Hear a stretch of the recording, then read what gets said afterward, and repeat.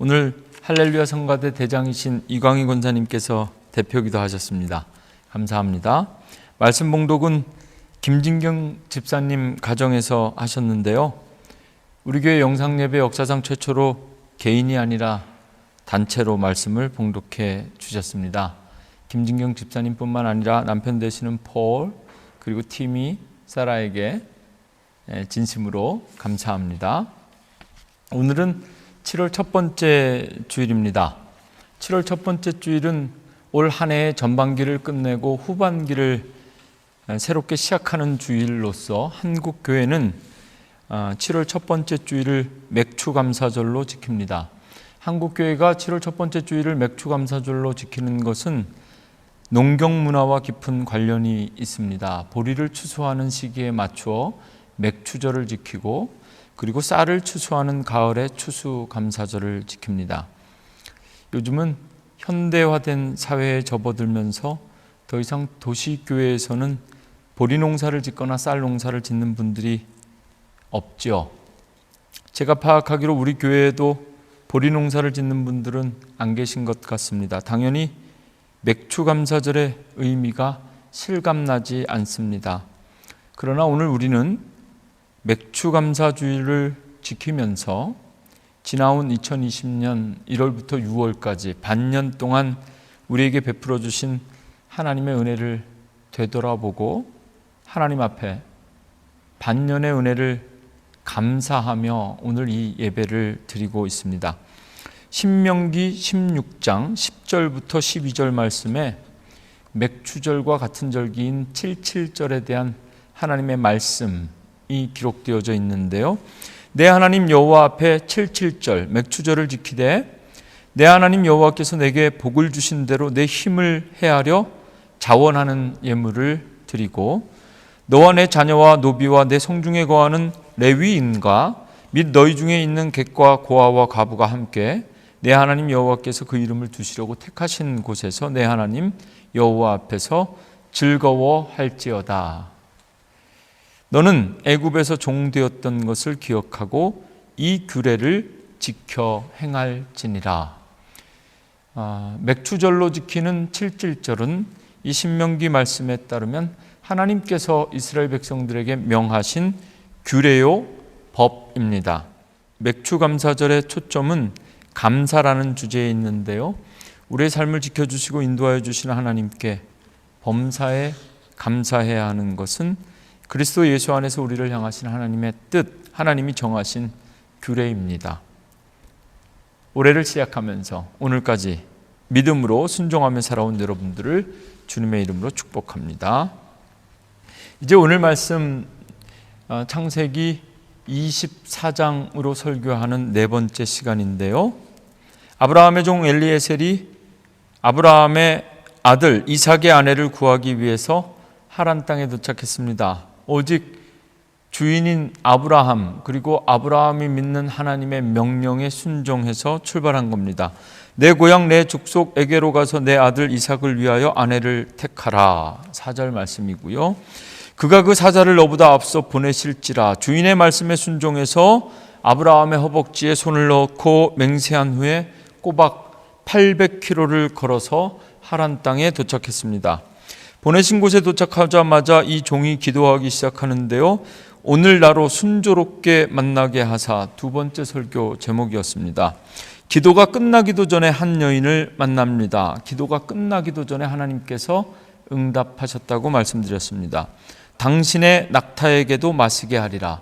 지난주 설교 세 번째 설교 제목인데요.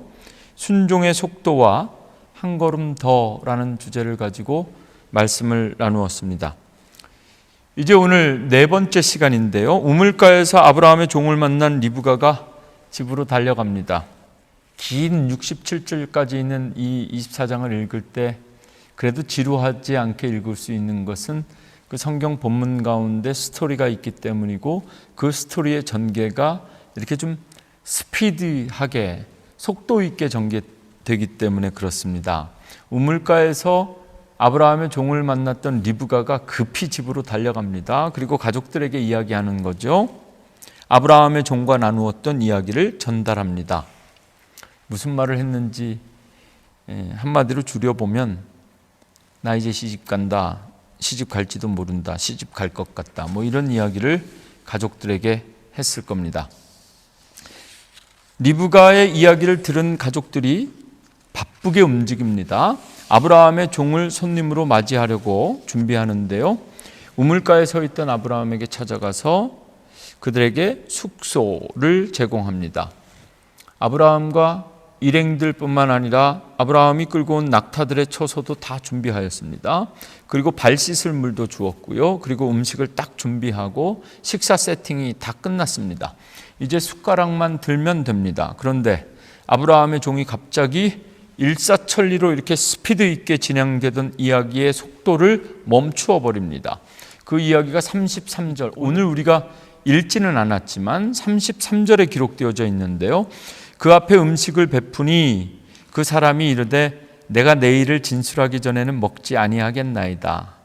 라반이 이르되 말하소서. 아브라함의 종이 내가 해야 할 말을 하기 전에는 먹지 않겠다. 오늘 하나님께서 우리에게 주신 본문 말씀을 설교하기 전에 오늘 이 33절을 통해서 저와 여러분, 우리 교회가 먼저 확인하고 싶은 내용이 있는데요.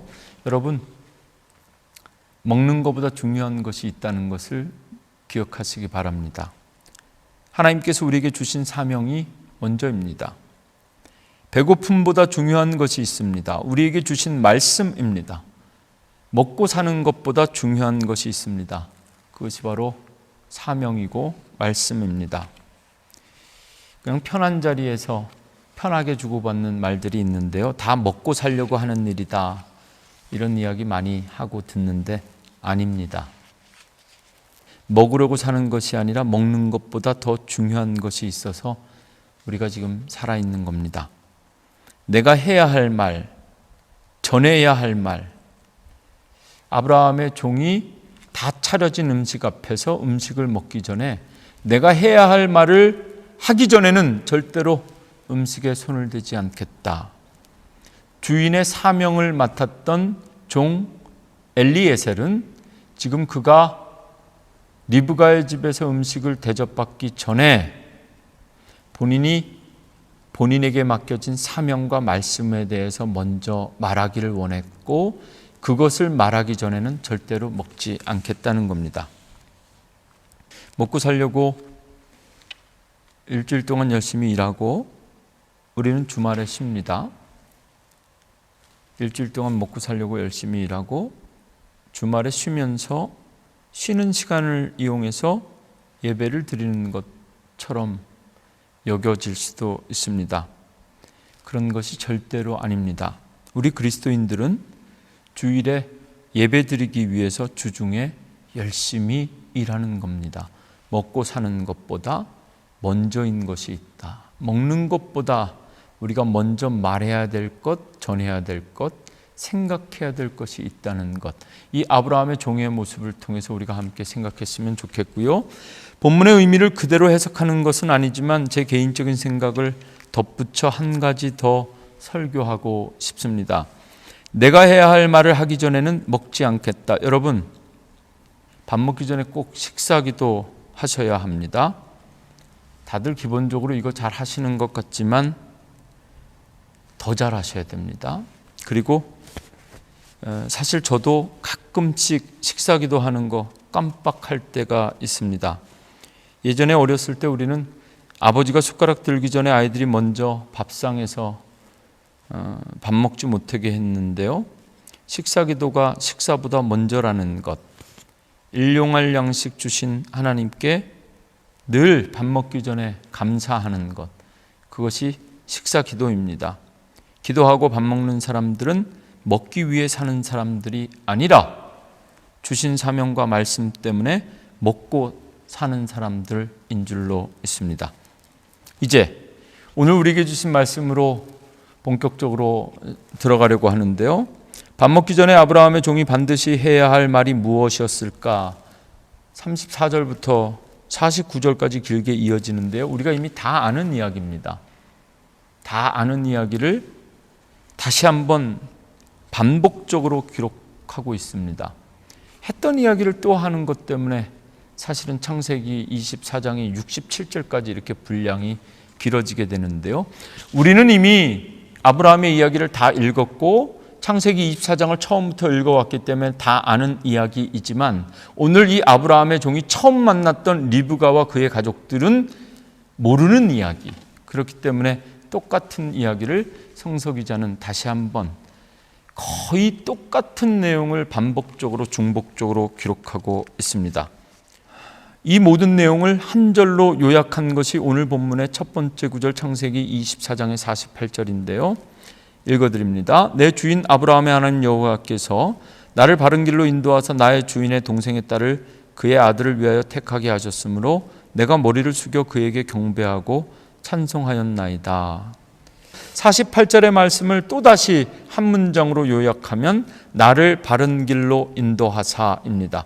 하나님께서 아브라함의 종을 바른 길로 인도하셨다는 겁니다. 우리는 늘 기도하죠. 좋은 길, 평탄한 길, 넓은 길로 인도해 주시기를 원합니다. 그러나 오늘 아브라함의 종은 본인이 걸어온 길을 바른 길이었다. 그리고 그 길을 하나님께서 인도하셨다. 사명을 붙잡고 충성되게 순종한 종이 간증하고 있는 내용입니다. 내가 걸어온 길이 바른 길이었다. 말씀 하나만 붙잡고 걸어온 길 말입니다.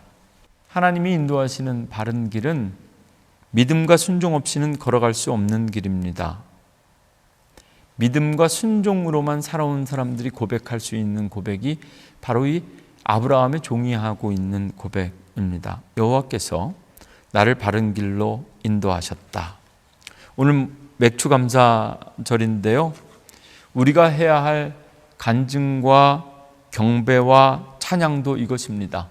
세상 사람들이 보기에는 별로 좋아 보이지도 않고 또 빨라 보이지도 않고 순탄해 보이지도 않고 또 어떤 때는 가까운 길을 애써 멀리 돌아가는 것처럼 보였을지 몰라도 그래도 우리는 믿음으로 이것이 하나님께서 나를 위해 예비하신 바른 길이었다. 올바른 길, 하나님께서 예비하신 그 길로 나를 인도하셨다. 그 길 속에 아픔도 있었고 슬픔도 있었고 고통도 있었지만 그 길이 가장 좋은 길, 세상 사람들이 보기에는 좋은 길처럼 보이지 않았을 수도 있었으나 그러나 그 길이 바른 길이었다. 이것이 바로 우리의 간증이 되어야 하고 우리의 찬송이 되어야 합니다.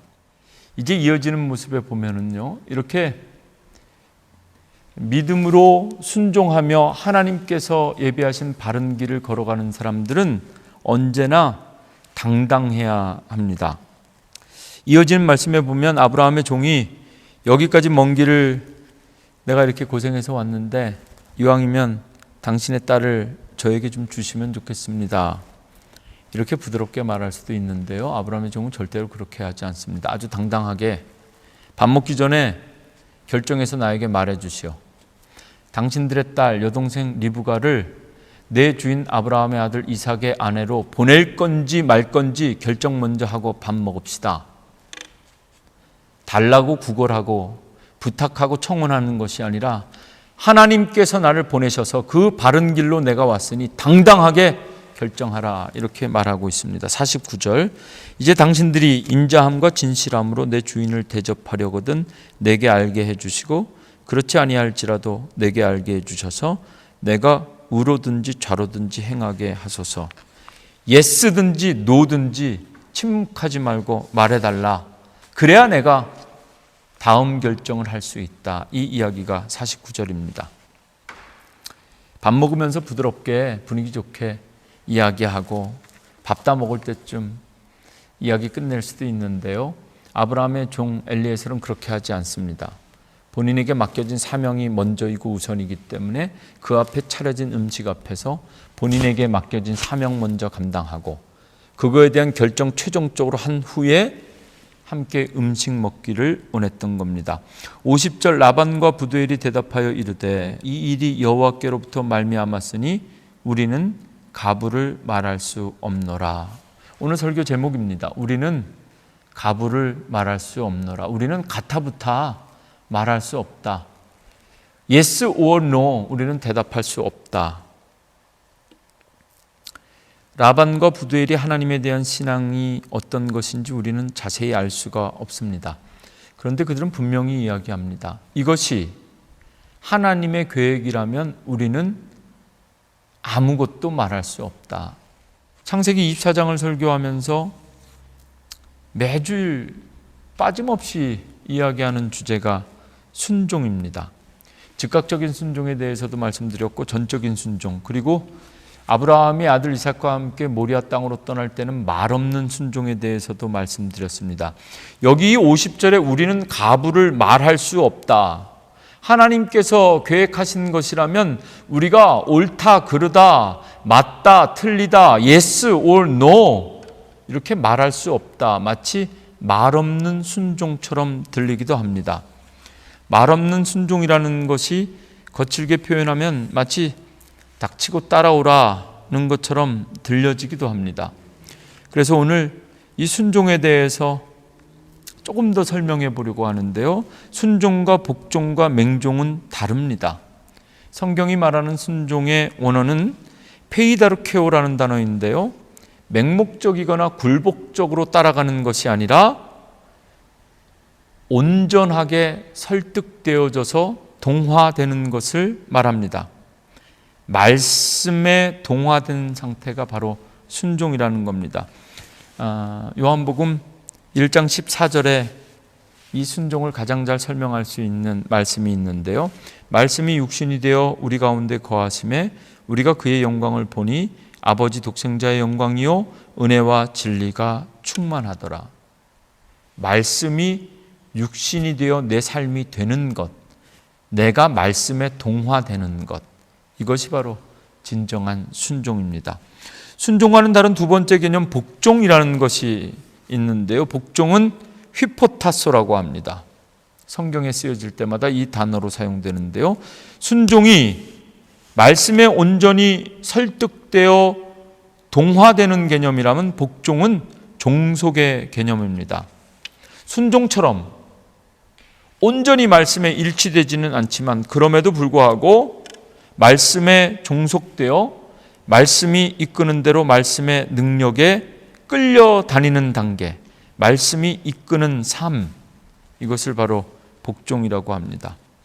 이에 반하여 아무런 목적 없이 묻지도 따지지도 않고 확인하지도 않고 따라가는 것은 맹종입니다.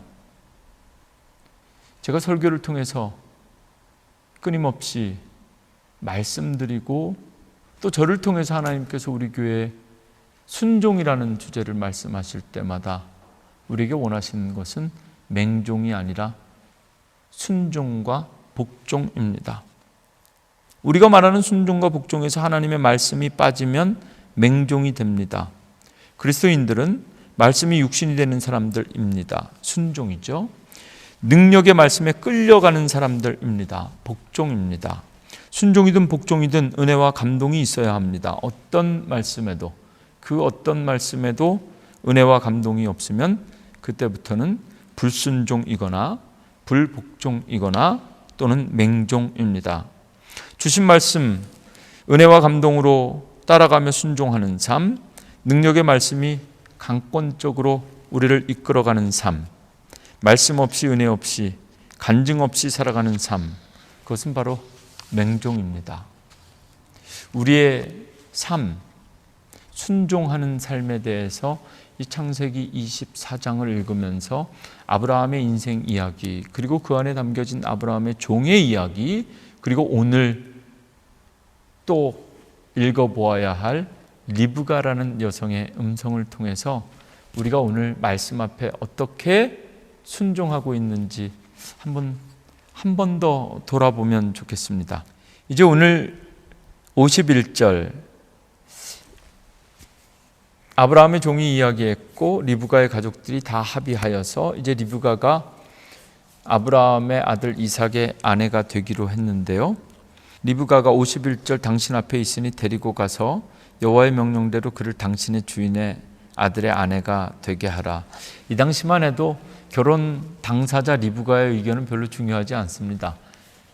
아버지나 오빠가 결정하면 그대로 되는 겁니다. 리브가는 이제 아브라함의 아들 이삭의 아내가 되기로 양쪽 집안이 합의한 겁니다. 이렇게 합의하자마자 아브라함의 종 엘리에셀은 52절 아브라함의 종이 그들의 말을 듣고 땅에 엎드려 여호와께 절했다. 52절 말씀인데요. 이때쯤 되면 한 번쯤 리브가의 가족들에게 고맙다는 말을 해줄 만도 한데 아브라함의 종은 그렇게 하지 않습니다. 당신의 딸을 내 주인의 며느리로 허락해 주셔서 감사합니다.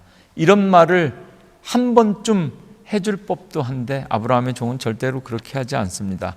아브라함의 종이 가장 먼저 한 것은 하나님 앞에 다시 한번 기도하는 겁니다. 이것이 바로 사명자들의 삶입니다. 진짜 기도 응답은 우물가에서 리브가라는 여인을 만난 것이 기도의 응답이 아니라 오늘 여기 51절이죠.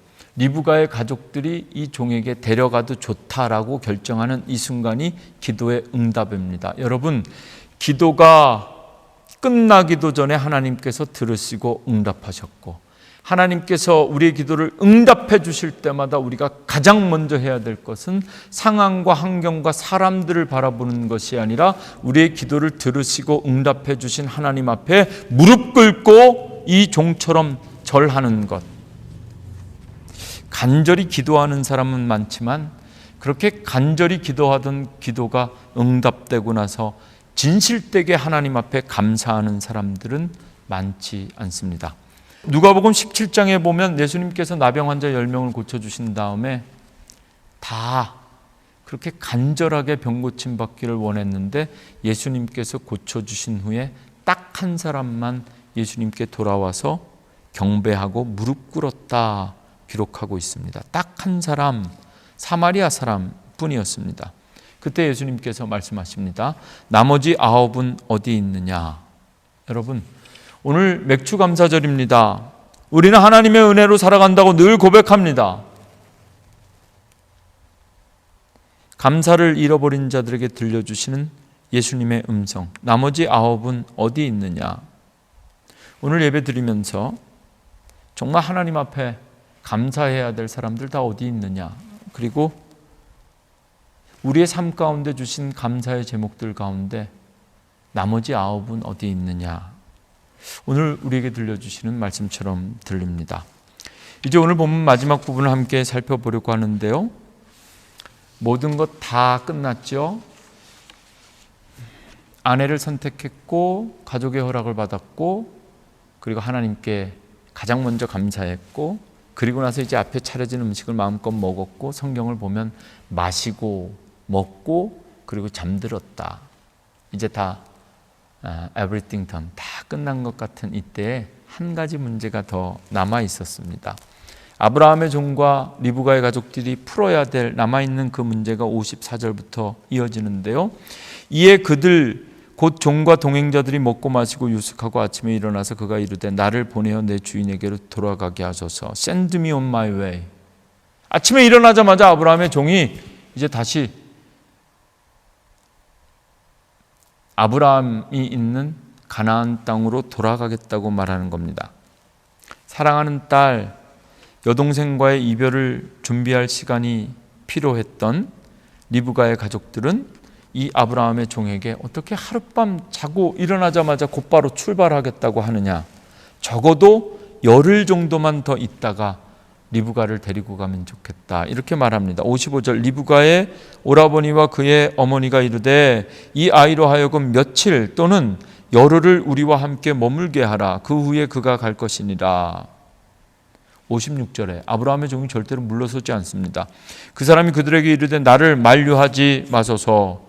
여호와께서 내게 형통한 길을 주셨으니 나를 보내어 내 주인에게로 돌아가게 하소서. Do not delay me.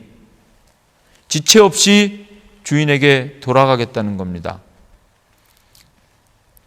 하나님이 주신 큰 원칙과 말씀 앞에서 믿음으로 살아가는 우리는 오늘 설교 제목처럼 가부를 말할 수 없습니다. 그러나 세부적인 방법과 방식과 디테일은 각자의 입장과 생각과 원칙에 따라 다 다릅니다. 오늘 본문 말씀에 보면 리브가를 데려가야 하는 자와 리브가를 보내주어야 하는 자의 입장에 따라서 세부적인 순종의 디테일이 달라집니다. 곧바로 출발하겠다. 아니다. 적어도 열흘은 있다가 출발해야 된다. 양측의 의견이 좁혀지지 않자 최종적인 판단은 리브가 당사자에게 맡깁니다. 언제 출발할 것인지 리브가 본인에게 물어보고 당사자의 의견을 존중하자는 생각은 아브라함의 종의 생각이 아니라 리브가의 가족들의 생각이었습니다. 리브가의 가족들이 기대했던 답이 있었겠죠. 물어보나 마나 본인에게 물어보면 리브가도 자신들과 같은 생각일 것이라 기대했을 겁니다. 지금까지 키우고 먹이고 함께 살았는데 이제 출발하면 언제 다시 만날지도 모르는 먼 길을 떠나야 하는데 하룻밤 만에 이 모든 것이 다 결정됐는데 오늘 어떻게 떠날 수가 있는가?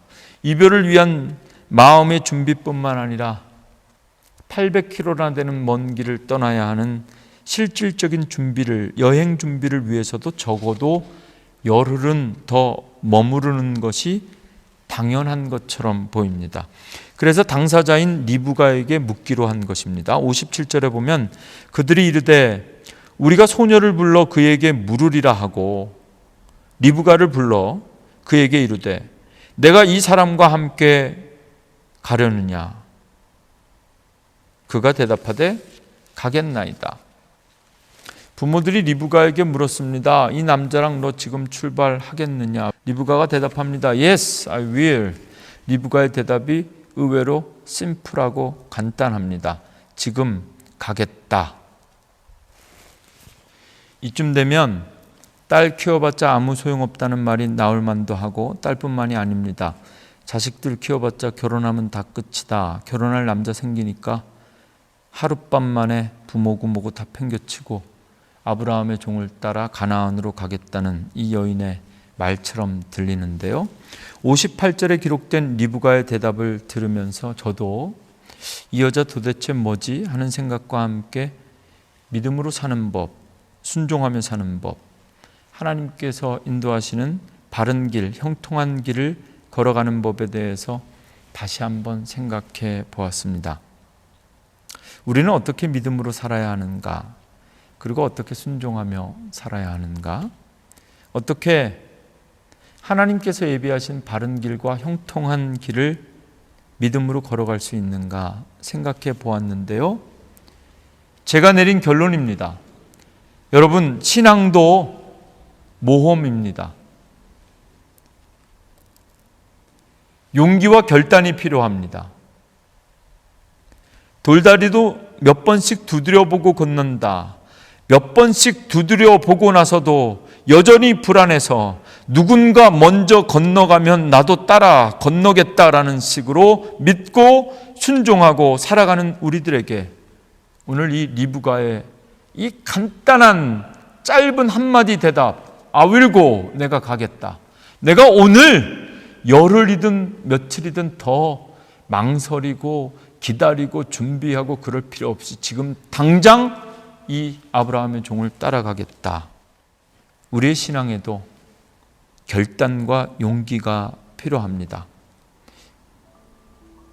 2020년 우리에게 남아있는 반년을 어떤 믿음, 어떤 순종으로 하나님을 향하여 한 걸음 더 나아가야 할까? 오늘 말씀 붙잡고 기도해 보았는데요. 후반기를 시작하는 7월의 첫 번째 주일, 맥주감사 주일입니다. I will go, 가겠나이다. 지금 출발하겠나이다. 이 리브가의 목소리를 통해서 오늘 우리에게 들려주시는 하나님의 음성이 여러분에게는 어떻게 들리십니까? 저에게는 더 이상 지체하지 않겠다. 망설이지 않겠다. 이제 우리에게 남아있는 또 다른 반년을 향해서 믿음으로 한 걸음 한 걸음 결단하며 용기 있게 하나님을 향해서 한 걸음씩 더 나아가겠다. 하나님께서 우리를 위해 예비하시고 인도하신 바른 길, 형통한 길을 믿음으로 순종으로 걸어가기 위해서 새로운 한 주 지금 우리에게 필요한 것은 신앙적인 용기와 결단입니다. 마치 리브가처럼 I will go. 우리가 생각하기에는 조금 더 머물면서 더 더 준비해야 될 것도 있을 것 같고, 또 이별의 인사도 충분히 나누고 떠나야 후회가 없을 것도 같고, 우리의 생각에는 여전히 이런 미련들이 많이 남아있는데요. 하나님의 부르심 앞에서 우리가 언제까지 망설일 것인가? 이 리브가의 음성을 통해서 오늘 우리가 믿음으로, 우리의 마음으로, 참 마음과 온전한 믿음으로 I will go, 하나님 이제 내가 결단하고 움직이겠습니다. 이렇게 주신 말씀 감동으로 받으면서 2020년 7월부터 시작하는 이 후반부 6개월의 삶을 말씀 속에 믿음으로, 순종으로 하나님께서 예배하신 바른 길을 믿음으로 걸어가는 저와 여러분 우리 교회 되기를 간절히 축원합니다.